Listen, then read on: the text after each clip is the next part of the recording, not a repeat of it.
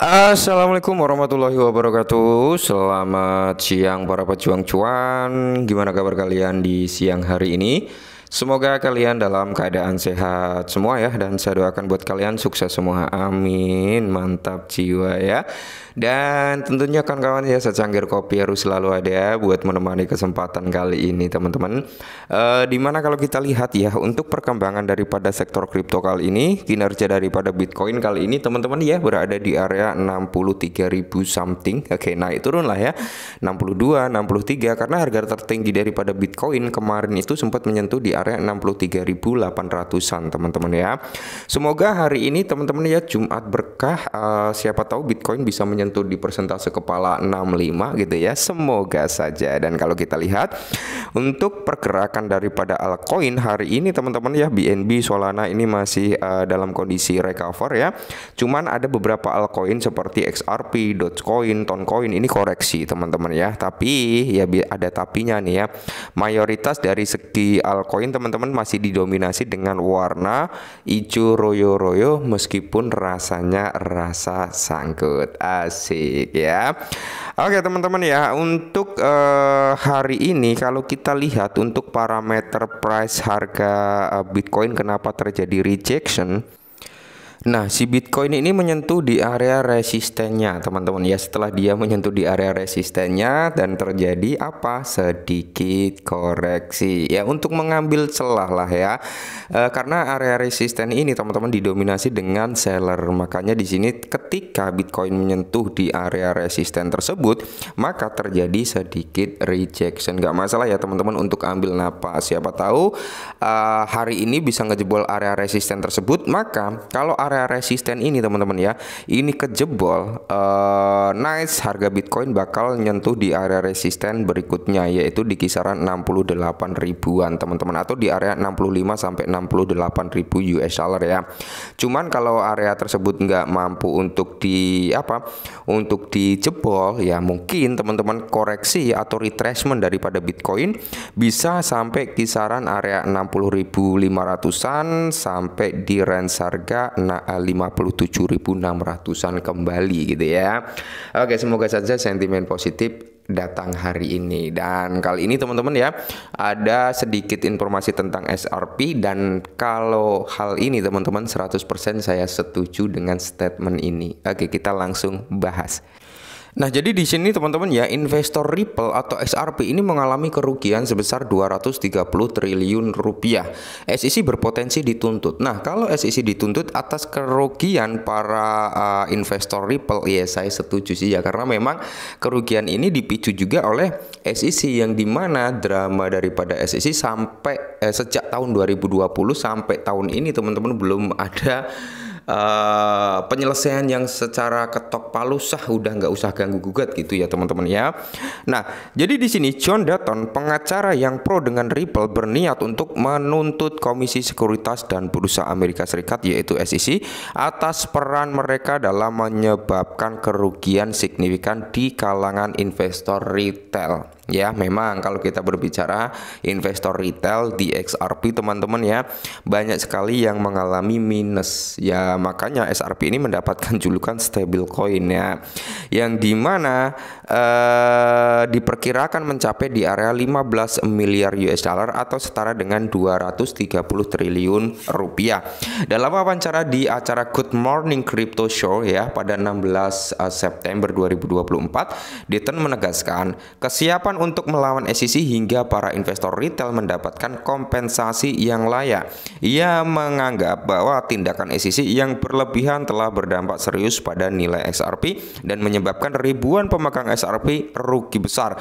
Pelanggaran dan tindakan SEC yang melampaui batas telah menyebabkan investor kecil menderita kerugian lebih dari 15 miliar US dollar atas nama 75.000 investor retail yang saya wakili.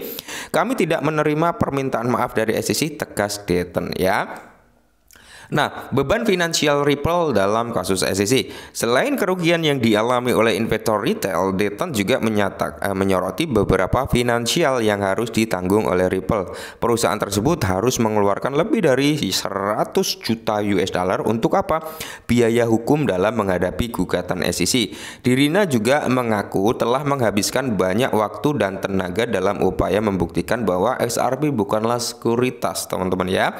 Di antara keluhan lainnya, Dayton mengungkapkan rasa frustasinya terhadap SEC yang gagal memberikan regulasi yang jelas. Terutama, SEC dianggap belum memberikan klarifikasi atau permintaan maaf terkait penggunaan istilah sekuritas untuk aset kripto yang ia anggap menyesatkan dan merugikan berbagai perusahaan kripto termasuk Ripple.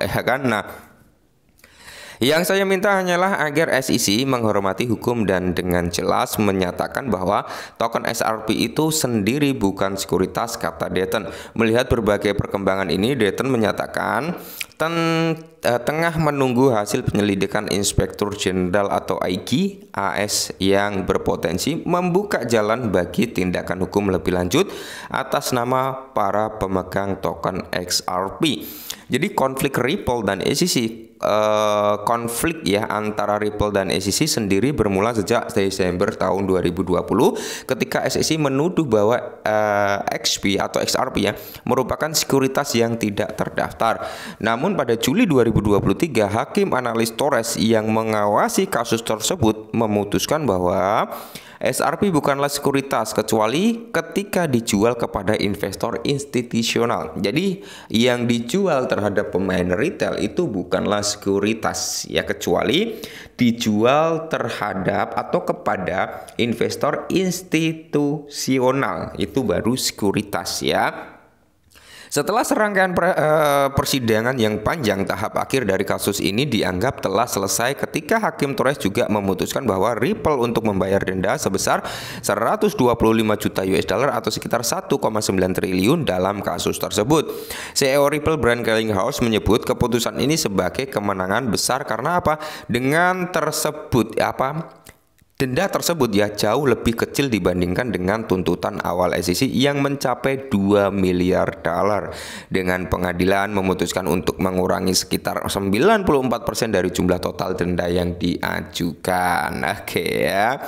Jadi memang teman-teman kalau kalian mengikuti kasus daripada Ripple ini memang berbelit-belit lah ya, banyak jilidnya, banyak episodenya gitu teman-teman, belum menemukan titik terang dan terakhir itu dengan denda ya, denda tersebut. Dan kali ini Dayton sendiri teman-teman tidak terima atas kerugian yang dialami oleh para investor retailnya ya, dan mencoba untuk mengajukan tuntutan terhadap SEC atas kerugian para investornya sekitar 70.000 pemain retailnya gitu teman-teman ya. Dan semoga saja teman-teman ya XRP di bull market kali ini paling enggak lah ya, setidaknya kalau dia memang tidak bisa membuat all time high-nya, setidaknya XRP bisa membawa kembali ATH lamanya gitu ya.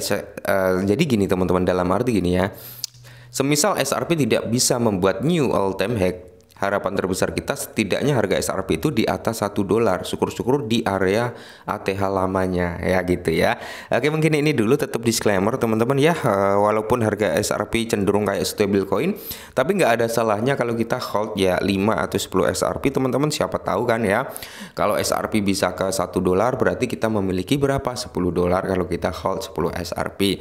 Kalau ke area $3 berarti nanti kita akan memiliki sekitar $30, kan lumayan gitu ya, buat beli-beli surya ya, buat beli-beli secangkir kopi gitu ya. Oke, mungkin ini dulu ya, semoga bermanfaat. Tetap disclaimer dan salam cuan.